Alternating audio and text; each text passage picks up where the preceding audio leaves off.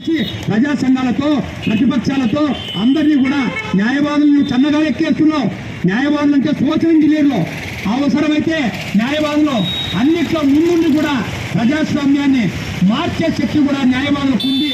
ఆ దిశగా ప్రతి ఒక్క రైతును కూడా మేము మార్చి మీ పైన ఉద్యమాన్ని తీవ్రతరం చేసి ఈ ప్రాంతంలో మీ మెడల నుంచి కూడా ఈ ప్రాంతంలో హక్కులను రక్షించుకునేంత వరకు కూడా ఈ యొక్క వేదిక ద్వారా పోరాటం చేస్తాం.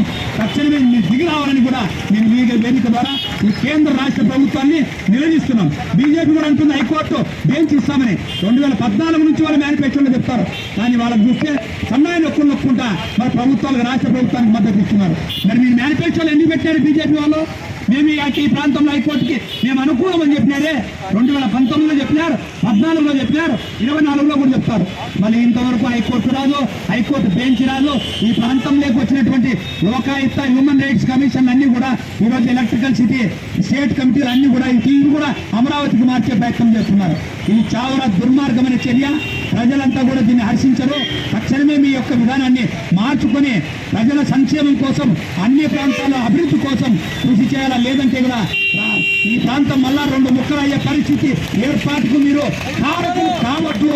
నువ్వు బతికితే 5 ఏళ్ళు బతుకుతావు, తర్వాత భవిష్యత్ తరాలకు నువ్వు మాయని మచ్చగా మిగిలిపోతావు. చంద్రబాబు నాయుడు గారు ఈ 5 ఏళ్లలోనూ నువ్వు గతంలో చేసిన పాపాలన్నీ కడుక్కొని అన్ని ప్రాంతాల అభివృద్ధికి కృషి చేయాలని కూడా ఈ వేదిక ద్వారా మేము ఈ ప్రభుత్వాన్ని డిమాండ్ చేస్తున్నాం.